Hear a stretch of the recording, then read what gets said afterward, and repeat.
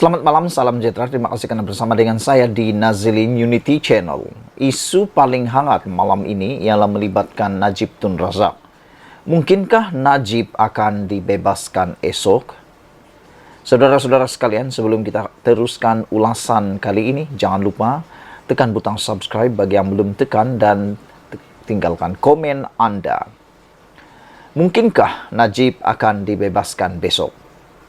Mahkamah Persekutuan akan memutuskan mengenai permohonan Najib Abdul Razak untuk menyemak sabitan dan hukuman bekas Perdana Menteri itu dalam kes rasuah SRC Internasional bernilai RM42 juta esok.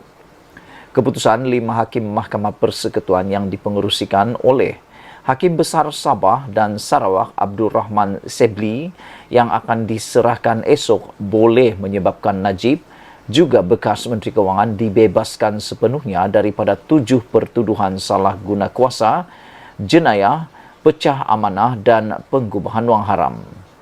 Sekiranya mahkamah tidak menolak permohonan semakan, ia juga boleh memerintahkan perbicaraan semula kes Najib di hadapan Hakim Mahkamah Tinggi yang baru selain Muhammad Nazlan Muhammad Ghazali atau untuk pendengaran semula rayuannya di hadapan Hakim Mahkamah Persekutuan yang baru yang tidak diketuai oleh Ketua Hakim Negara Tengku Maimun Tuan Mat. Panel lain dalam permohonan semakan itu ialah Hakim Mahkamah Persekutuan Vernon Ong Lam Kiat, Rodziara Bujang dan Nordin Hassan serta Hakim Mahkamah Rayuan Abu Bakar Jais. Mahkamah Persekutuan telah mendengar permohonan semakan itu dalam tempoh 6 hari yang bermula pada 19 Januari diteruskan hingga 20 hingga 22 Februari dan berakhir pada 28 Februari yang lepas. Pada 23 Ogos tahun lepas, panel Mahkamah Persekutuan berasingan yang dipengerusikan Tengku Maimun menolak rayuan Najib untuk mengenepikan keputusan bersalahnya serta hukuman penjara 12 tahun dan denda RM210 juta dalam kes rasuah itu. Setelah menamatkan rayuannya di hadapan Mahkamah Rayuan dan Mahkamah Persekutuan, Najib telah pergi ke panel Mahkamah Persekutuan semasa untuk mendeklar semakannya berhubung kes yang melibatkan 1 pertuduhan salah guna kuasa, 3 pertuduhan pecah amanah jenayah dan 3 penggubahan wang haram. Najib yang kini dipenjara di penjara Kajang juga memfailkan petisyen untuk pengampunan diraja serta petisyen di hadapan Pertubuhan Bangsa-Bangsa Bersatu berhubung dakwaan penahanan sewenang-wenangnya. Melalui permohonan semakan sekarang, Najib berhujah bahawa Hakim Perbicaraan Muhammad Nazlan yang telah dinaikkan dari Mahkamah Tinggi ke Mahkamah Rayuan berada dalam konflik kepentingan apabila mendengar dan memutuskan kes SRC Internasional pada Julai 2020. Najib mendakwa antara lain hakim itu didakwa sedar bahawa Maybank Investment, satu entiti kumpulan Maybank, dan Bina Fikir, satu lagi entiti kumpulan Maybank, telah menasihati 1MDB dalam perkara berkaitan penubuhan SRC Internasional. Najib mendakwa konflik kepentingan itu timbul kerana peranan Nazlan sebagai peguam am Maybank sebelum ini. SRC merupakan anak syarikat 1MDB sebelum menjadi milik penuh Menteri Kewangan diperbadankan MOFINC. 1MDB juga dimiliki sepenuhnya oleh MOFINC. Permohonan semakan Najib juga menyasarkan 3 keputusan lain panel sebelumnya, iaitu keputusan yang menolak permohonannya untuk mengemukakan bukti tambahan untuk mengukuhkan dakwaannya terhadap Nazlan, keputusan menolak permohonan untuk menangguhkan pendengaran rayuan supaya peguamnya mempunyai lebih banyak masa untuk menyediakan rayuan, dan keputusan menolak permohonannya untuk menyingkirkan Tengku Maimun dari panel hakim atas dakwaan konflik kepentingan. Saudara-saudara sekalian, inilah yang kita akan tunggu-tunggu esok. Adakah Najib akan dibebaskan esok? Pada pendapat saya, secara pribadi, Najib tidak akan dibebaskan daripada dakwaan tersebut. Sekian dulu untuk kali ini. Jangan lupa tinggalkan komen Anda, tekan butang subscribe. Kita jumpa lagi. Bye-bye. Selamat petang, salam sejahtera. Terima kasih karena bersama dengan saya di Nazilin Unity Channel. Rupa-rupanya, inilah tujuan Tun Mahathir sangat aktif di media sosial sekarang ini. Sangat aktif di dalam mencipta pelbagai topik yang kontroversi. Sebelum kita teruskan, bagi Anda yang belum tekan butang subscribe, mohon bantuan tekan butang subscribe untuk mendapatkan isu-isu terkini dan juga mengembangkan channel Suara Rakyat.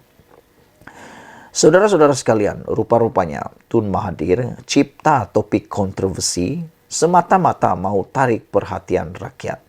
Yalah, manakan tidak kan, kita tahu Tun Mahathir Mohamad makin hari makin senyap dan sunyi.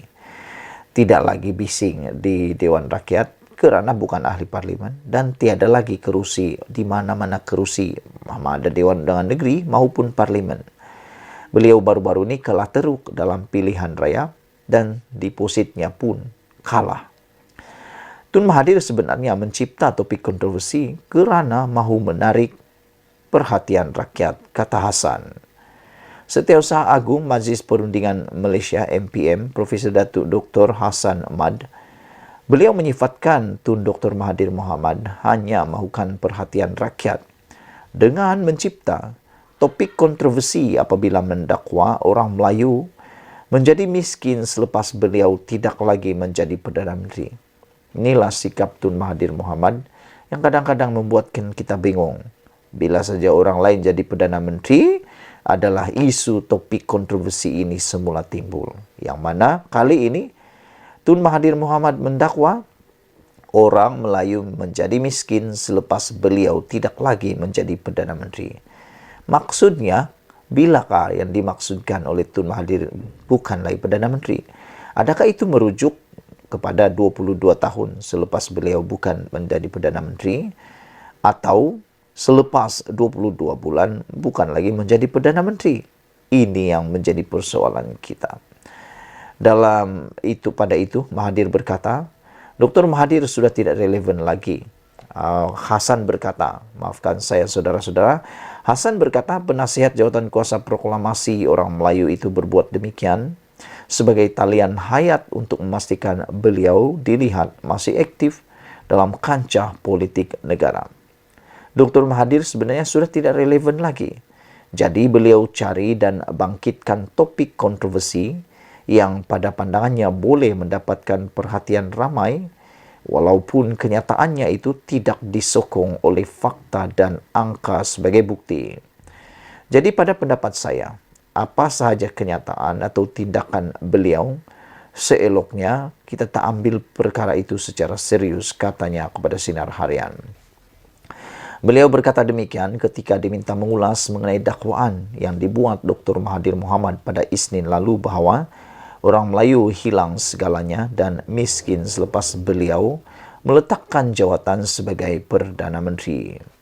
Menurut Dr. Mahathir, beliau berusaha memulihkan keadaan orang Melayu apabila menjadi Perdana Menteri selepas pilihan raya umum ke-14. Tetapi Kerajaan Pakatan Harapan PH dijatuhkan dan beliau hilang jawatan. Dalam pada itu, Hasan berkata, orang Melayu sudah lama dikaitkan dengan isu kemiskinan hidup dan bukannya disebabkan beliau tidak lagi menerajui negara. Malah, dakwa Hasan, isu kemiskinan terus membelenggu orang Melayu berpunca daripada Dr. Mahathir sendiri yang bertindak menamatkan pelaksanaan dasar ekonomi baru DEB. Pelaksanaan dasar ekonomi baru sebenarnya sudah ada kemajuan dari segi pembasmian kemiskinan, terutama bagi orang Melayu dan juga dari aspek menghapuskan jurang pendapatan dengan kaum lain. Umpamanya membabitkan peningkatan equity serta peluang pekerjaan. Tetapi, Dr. Mahathir lah yang menamatkan dasar ekonomi baru. Kerana dasar ini semasa digubal pada tahun 1970, bukan menetapkan ia hanya mau dilaksanakan bagi tempoh 20 tahun. Jadi, kenapa beliau nak bising sekarang soal beliau lagi? Saudara-saudara sekalian, saya sangat tertarik dengan isu dan penjelasan daripada Profesor Datuk Dr. Hassan Madini yang menyifatkan Tun Mahathir hanya mahukan perhatian rakyat dengan mencipta topik kontroversi apabila mendakwa orang Melayu menjadi miskin selepas beliau tidak lagi menjadi Perdana Menteri. Dan menurut profesor ini, sebenarnya Dr. Mahathir Mohamad hanya berbuat demikian sebagai talian hayat untuk memastikan beliau dilihat masih aktif dalam kancah politik negara. Dan menurut profesor ini, Dr. Mahathir sebenarnya sudah tidak aktif dan tidak relevan lagi. Dan beliau sebenarnya mau cuba cari cara untuk membangkitkan diri dan mencari cara untuk kekal relevan di dalam dunia politik. Saya juga bersetuju, Tun Mahathir hebat. Memang beliau adalah legend, ulung. Tetapi beliau boleh dikatakan sudah tidak relevan lagi kerana usia dan juga kelibatan beliau yang sudah dianggap tidak relevan lagi. Dan ada kebenarannya, profesor ini mengatakan bahawa Mahathir sebenarnya hanya mau mencari talian hayat dan cuba membangkitkan topik kontroversi kerana pada pandangannya itu dapat perhatian ramai walaupun kenyataan itu tidak disokong oleh fakta dan angka sebagai bukti. Tetapi Tun Mahathir tahu fakta dan topik kontroversi ini dapat menarik perhatian rakyat, terutamanya orang Melayu. Jadi, pada pendapat profesor ini juga, beliau berpendapat bahawa apa sahaja kenyataan atau tindakan Tun Mahathir Mohamad selepas ini, seeloknya tidak diambil terlampau serius kerana itu hanya mahu mengundang perhatian semata-mata. Selain daripada itu, seperti yang dikatakan oleh profesor ini, Tun Mahathir hanya mengatakan atau hanya menarik perhatian melalui topik kontroversi itu tanpa melalui fakta dan angka sebagai bukti. Yang lebih menarik lagi ialah sebenarnya beliau berkata Mahathir sebenarnya lah yang telah pun maafkan saya, malah menurut Hassan, isu kemiskinan terus membelenggu orang Melayu berpunca daripada Dr. Mahathir sendiri yang bertindak menamatkan pelaksanaan dasar ekonomi baru. Pelaksanaan dasar ekonomi baru sebenarnya sudah ada kemajuan dari segi pembasmian kemiskinan, terutama bagi orang Melayu dan juga dari aspek menghapuskan jurang pendapatan dengan kaum lain. Umpamanya membabitkan peningkatan equity serta peluang pekerjaan.